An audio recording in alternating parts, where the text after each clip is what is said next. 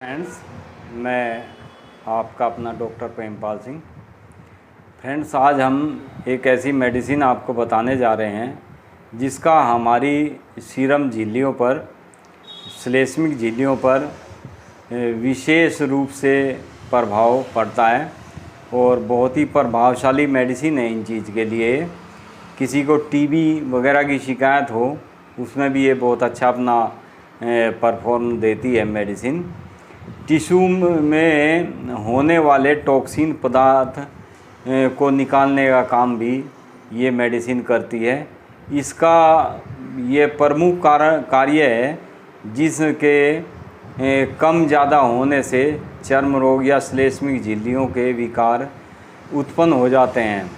जब शरीर के किसी हिस्से में किसी भी कारण मवाद बंद न हो, आप कि किसी भी हिस्से में अगर पस बन जाए और बहुत मेडिसिन ली, होम्योपैथिक में भी जैसे साइलिशिया वगैरह, ये हिपरसल वगैरह काफ़ी मेडिसिन ली, उसके बाद भी पस निकलना बंद ना हुआ हो और पस के साथ ब्लड मतलब खून और पस मिला हुआ निकले जिस जख्म में, उसके लिए ये बहुत ही मुख्य दवाई है। विशेष रूप से ये उस समय बहुत ही फ़ायदा पहुंचाने वाली दवाई है। गाढ़ी पीली खून मिली मवाद इसमें निकलती है और रिसाव बराबर चलता रहता है, उसके लिए बहुत बढ़िया दवाई है। बलगम, इसमें सर्दी लगकर जैसे बलगम निकलता है वो भी बिल्कुल पीला गाढ़ा, और उसमें भी कई बार लंग्स से ब्लड के छींटे टाइप से निकलते हैं, जिसमें मैंने बताया है कि टीबी में भी ये बहुत अच्छा काम करती है। पुरानी सर्दी, गाढ़ा बलगम निकलना शुरू होने पर विशेष उपयोगी है। इसके मानसिक लक्षण जो है परिवर्तनशील है, उसको हर समय मृत्यु का भय बना रहता है, पागलपन उसको हावी हो जाता है उसके ऊपर, मरने का उसको बहुत ही ज़्यादा भय लगा रहता है, अनहोनी का हर समय डर रहता है कि पता नहीं क्या होगा, मेरे जीवन कैसे कटेगा, मेरे जीवन में कहीं कोई ऐसी बीमारी तो नहीं मुझे लगी है जो लाइलाज हो, और ज़िद्दी भी हो जाता है। उसी वजह से वो घबराहट बहुत ज़्यादा होती है, झगड़ालू बन हो जाता है, रात में अकेला रहने से भी डरता है ये पेशेंट। सिर की स्थिति होती है कि सिर में ठंड के कारण सिर के आगे के हिस्से में दर्द हो जाता है, इसके फोड़े फुंसी हो जाते हैं सिर में, उनमें से पस का रिसाव होना शुरू हो जाता है, उसमें बहुत अच्छा वर्क करती है। आँखों की बात करें तो आँखों में सूजन आ जाती है, जैसे ठंड लगकर जिसे नज़ला बोल देते हैं, इस टाइप से जब दिक्कत हो जाती है तो आँखों में सूजन आ जाती है, और सूजन आने से आँखों में से गाढ़ा पीला पस जैसा रिसाव होना शुरू हो जाता है। नाक की बात करें तो नाक से भी इसको पुराना, जितना पुराना नज़ला होगा और उसमें पीला पस निकले, नाक में से गांठ जैसी निकले, तो उसके लिए बहुत ही उपयोगी दवाई है। दिन में इसकी विशेषता ये है कि दिन में इसका दायां नाक बंद होगा और रात में इसका बायां नाक बंद रहता है, और दिन में बाएं नाक से स्राव बहता है और रात को दाएं नाक से स्राव बहता है, मतलब बराबर स्राव चलता रहता है। कान की बात करें तो सुबह कान से इसके, यदि कान में खुजली जैसे हो, दर्द जैसा हो, तो कई बार आदमी कान में रुई लगा के साफ़ करने की कोशिश करता है, तो उसमें क्या है कि काली काली जैसी इसमें से पस जैसी निकलती है। एक और विशेषता है इसकी, ये है कई बच्चों को पेरेंट्स या कोई कान के ऊपर थप्पड़ मार दें और थप्पड़ मारने से सूजन बन जाए और सुनाई देना बंद हो जाए, तो उसके लिए बहुत ही उपयोगी दवाई है ये। इसका आप विशेष ध्यान दें। कई बार गुस्से में हम बच्चे को डांट देते हैं और उन पर हाथ भी उठा देते हैं, तो ये एक अनहोनी हो जाती है और कई बार ये हमें बहुत भारी पड़ जाती है। बच्चा कान से बेकार हो जाता है। तो विशेष ध्यान दें आप, अगर किसी के साथ ऐसी घटना हुई भी हो तो ये उसके लिए बहुत अच्छी मेडिसिन है। इसके मुख की बात करें तो मुख में इसके होठों पे हमेशा जख्म रहते हैं अंदर की साइड में, तालू में इसकी दुखन रहती है, जीभ इसकी मोटी हो जाती है, सूज जैसी जाती है, और पीले सफ़ेद रंग की जीभ के ऊपर मैल जम जाती है, और मुंह का स्वाद इसका ऐसा रहता है जैसे मुंह में साबुन घुल गया हो। ठीक है फ्रेंड्स, दांत की बात करें तो इसके दांत साफ करते समय मुंह में दांतों में से मसूड़ों में से खून निकलता है। कुलना करने पर मसूड़ों में से में पानी भी लगता है और दर्द भी होता है और पस भी निकलता है। पस के साथ साथ दांतों में पायरिया की विशेष दवाई है। एक और फ्रेंड्स, जैसे इसके गले की जो दिक्कत होती है, गला इसका हर समय दुखता रहता है, गले में गिल्टियाँ सूज जाती है, टॉन्सिल्स अक्सर इसको होते रहते हैं, और गिल्टियों में इतना दर्द होता है कि पानी तक घूंटने में उसको परेशानी बन जाती है। बात इसकी स्वास्थ्य संबंधी करें तो इसको अक्सर नमूनिया की शिकायत हो ही रहती है। आमाशय, ये चाय और फल खाने की इसको तीव्र इच्छा होती है। आमाशय की बात करें तो इसको भूख भी लगती है तो ज़्यादातर ये कहेगा थोड़ी चाय पिलवा दो, या फल फ्रूट खाना पसंद करता है। भूख प्यास इसको ज़्यादा लगती है, भूख भी इसको बहुत ज़्यादा लगेगी, और पानी भी हर समय मुंह सूखता रहता है। ज़्यादातर इसके नाभि के पास आसपास में बहुत ज़्यादा दर्द रहता है। आंतों में इसके संक्रमण हो जाता है। भगंदर की शिकायत इसको अक्सर हो जाती है, और भगंदर में से बराबर पस निकलता रहता है। मरीज़ परेशान हो जाता है कि मैं क्या करूं, कभी इसी डॉक्टर कभी उस डॉक्टर चक्कर लगाता रहता है, एंटीबायोटिक्स पस सुखाने की खाता रहता है, उससे कुछ समय पस सूख जाता है, फिर पस शुरू हो जाता है। तो उसके लिए ये बहुत ही अच्छी मेडिसिन है।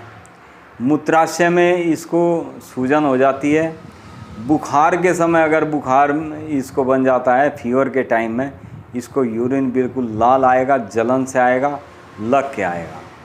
तो इसकी ये विशेषता है।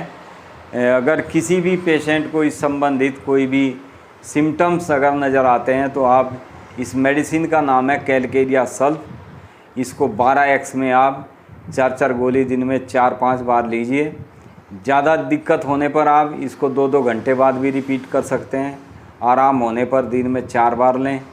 ठीक होने पर आहिस्ता आहिस्ता इसको कम करते हुए बंद कर दें। डोज इसकी बड़ों के लिए 4 गोली है। 10 साल से कम का अगर बच्चा है तो 2 गोली दी जाती है। बस ये ध्यान रखें कि इसके साथ में जो है स्मेल वाली कोई भी होम्योपैथिक की मैं जितनी भी मेडिसिन आपको बताता हूँ उसमें स्मेल वाली चीज़ों का विशेष परहेज होता है। प्याज, लहसुन, तेज़ बॉडी पे परफ्यूम नहीं आप लगा सकते,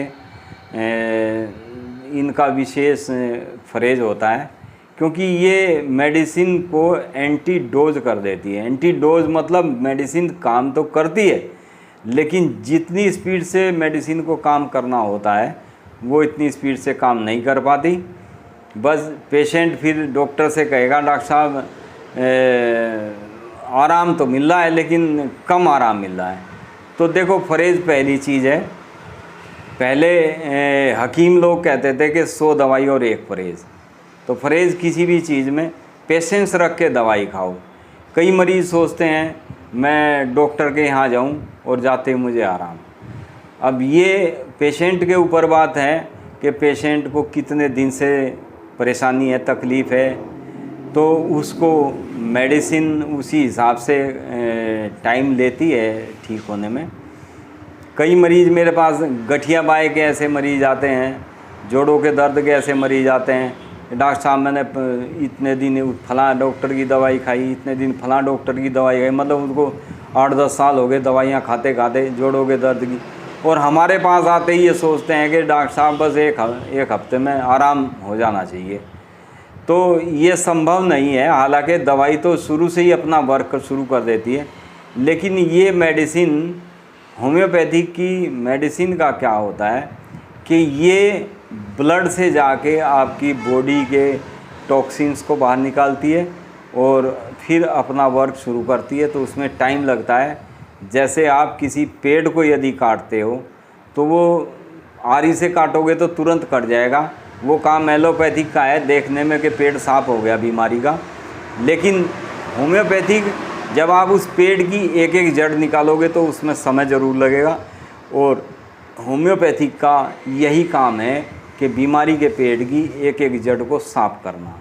और जब उसको एक एक जड़ को निकाल के सुखा के साफ करेगा तो टाइम ज़रूर लगेगा, लेकिन ये श्योर है कि आपको एलोपैथी की तरह सारी ज़िंदगी दवाई नहीं खानी पड़ती। ये दवाई कुछ समय कंटिन्यू खानी पड़ती है, उसके बाद आप बंद कर दो, हमेशा के लिए आप ठीक हो जाओगे।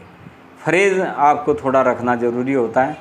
मेरे पास, जैसे मैंने इस पे टीबी पे अभी बताया कि टीबी में बहुत अच्छा वर्क है इसका। मेरे पास एक पेशेंट थे जिन्होंने 1 साल एलोपैथिक दवाई टीबी की खाई, कुछ समय ठीक रहे, उनको फिर दोबारा टीबी की शिकायत होगी, तो उनके बच्चों का ट्रीटमेंट हमारे यहाँ चल रहा था। तो उन्होंने मेरे सामने जिक्र किया कि ऐसे ऐसे मुझे टीबी की शिकायत है, हुई थी पहले, ठीक हो गई थी, लेकिन अब फिर मुझे लग रहा है कि मुझे टीबी की शिकायत है। हमने उसके थोड़े ब्लड टेस्ट वगैरह कराए और होम्योपैथिक की अपनी मेडिसिन देनी शुरू की। आज वे बिल्कुल ठीक है। नहीं तो मानो जैसे एलोपैथिक का कोर्स करने के बाद दोबारा बीमारी होगी तो वही शिकायत हो जाती है कि बस सारी ज़िंदगी आपको दवाई खानी पड़ती है। इसमें ऐसा नहीं है। इसमें आप जितने दिन आपको आपके डॉक्टर बताएं उतनी मेडिसिन लेनी ज़रूरी होती है, उतने समय तक मेडिसिन लेनी ज़रूरी होती है। एलोपैथिक में जो मेडिसिन आपको, मान लीजिए 500 mg में कोई मेडिसिन दे रहे हैं, उसने वर्क करना बंद कर दिया कुछ समय बाद, तो पेशेंट की डोज बढ़ा देंगे वे, 500 mg से 650 mg कर देंगे, 800 mg कर देंगे। इसमें क्या है कि इसमें जो आपकी पोटेंसी चल रही है, क्योंकि डॉक्टर इसमें सेलेक्ट करके मेडिसिन, आपके सिम्टम्स बिल्कुल मैच करके मेडिसिन देगा। अगर मैच नहीं किए सिम्टम्स तो आपको कोई कितनी भी दवाई खिलाता रहे, सब बेकार है। और अगर मेडिसिन आपको वर्क कर रही है, आपको लग रहा है कि मुझे जिस डॉक्टर ने दवाई दी है होम्योपैथिक की और उसने मुझे आराम दिया है, तो समझिए कि वो दवाई आपको सूटेबल है, वो आपको शूट कर रही है। हाँ, ये है कि समय लग सकता है। शरीर की अंदरूनी बीमारी ये मालूम नहीं होता कि कितने दिन पुरानी है और कब से है। उसमें आपको दवाई 2 महीने भी खानी पड़ सकती है, 4 महीने भी खानी पड़ सकती है, लेकिन ताउम्र सारी ज़िंदगी होम्योपैथिक दवाई की आपको किसी एक बीमारी के लिए खाने की ज़रूरत नहीं पड़ती। ये इसकी विशेषता है। होम्योपैथिक का कोई भी एक्सपर्ट डॉक्टर होगा, आपकी दवाई एक टाइम होता है इसका कि ये दवाई इतने समय तक चलाई जा सकती है। जैसे हमारे यहाँ हाई पोटेंसी की मेडिसिन है, उसको आप सिर्फ, जैसे टीबी में हम एक ट्यूबरकुलिनम मेडिसिन देते हैं, उसको 1 m में यदि हम देते हैं, 1 m का मतलब होता है 1000 पोटेंसी। 1000 पावर में अगर हमने 2 बूंद आपकी जीभ पे डाल दी तो उसको हम 15 दिन से पहले रिपीट नहीं कर सकते। ये इसकी विशेषता है, क्योंकि वो 15 दिन तक अपना वर्क जारी रखेगी, सिर्फ 2 बूंद। अब आप ये देखिए, 2 बूंद दवाई जो 15 दिन तक अपना वर्क जारी रख सकती है, वो बीमारी को कैसे नहीं ख़त्म करेगी। इसकी जितनी सूक्ष्म, कुछ पेशेंट ये कहते हैं डॉक्टर साहब दवाई जो आप देते हैं उसमें स्मेल नहीं रहती। इसमें स्मेल दवाई में होती नहीं है। दवाई तो इसमें स्मेल नाम की चीज़ ही नहीं होती। उस दवाई को सुरक्षित रखने के लिए इसमें एल्कोहल मिलाया जाता है, और एल्कोहल मिलाने का भी ये होता है कि आप मान लीजिए 100 ml की आपकी शीशी है, 100 ml में 90% एल्कोहल होगा और 10% मेडिसिन होगी। यानी एक माध्यम है एल्कोहल आप तक मेडिसिन को पहुंचाने का। असल में तो आप ये समझ लीजिए, यदि आपका 3 महीने का किसी बीमारी का कोर्स है तो प्योर मेडिसिन तो आपकी बॉडी में मुश्किल से 30 बूंद भी नहीं जाती और वे आपको बिल्कुल ठीक करती है। बाकी अल्कोहल होता है जिसके माध्यम से हम उस मेडिसिन को आप तक पहुंचाते हैं। तो ये विशेषता है होम्योपैथिक की, जितनी सूक्ष्म मात्रा इतना हार्ड वर्क, मतलब जितनी कम से कम मात्रा दी जाए इसकी दवाई की उतना ही ज़्यादा से ज़्यादा वर्क करती है। आप ये गलतफहमी बिल्कुल ना रखें अपने मन में कि जी दवाई में स्मेल नहीं थी, ये नहीं थी, वो नहीं थी। दवाई में सिर्फ अल्कोहल की स्मेल आती है, अल्कोहल उड़ जाता है, फिर भी गोलियों में दवाई का असर बरकरार रहता है। आप पेटेंट दवाई आती हैं, जैसे जर्मनी की कई एक ऐसी दवाइयाँ आती है जो आप सील्ड मेडिसिन को खोलो, जो गोलियों में बनी बनाई आती है, तो उसे आप सूंघोगे तो आपको उसमें कोई स्मेल नहीं आएगी। इसका प्रोसीजर लंबा है, इसको बनाने का तरीका अलग होता है। ये जो कंपनियों से दवाई तैयार आती है उनसे अल्कोहल डाइल्यूट कर दिया जाता है, निकाल दिया जाता है उसको, मतलब अल्कोहल को बिल्कुल ख़त्म कर दिया जाता है। ओनली फॉर मेडिसिन टैबलेट के अंदर रहती है।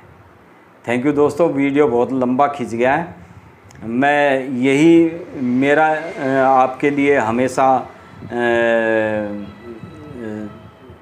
आश्वासन रहता है कि आप होम्योपैथी की दवाई लें और विश्वास करके लें और भरोसे से दवाई खाएं। आप बिना विश्वास के तो कुछ काम नहीं होता।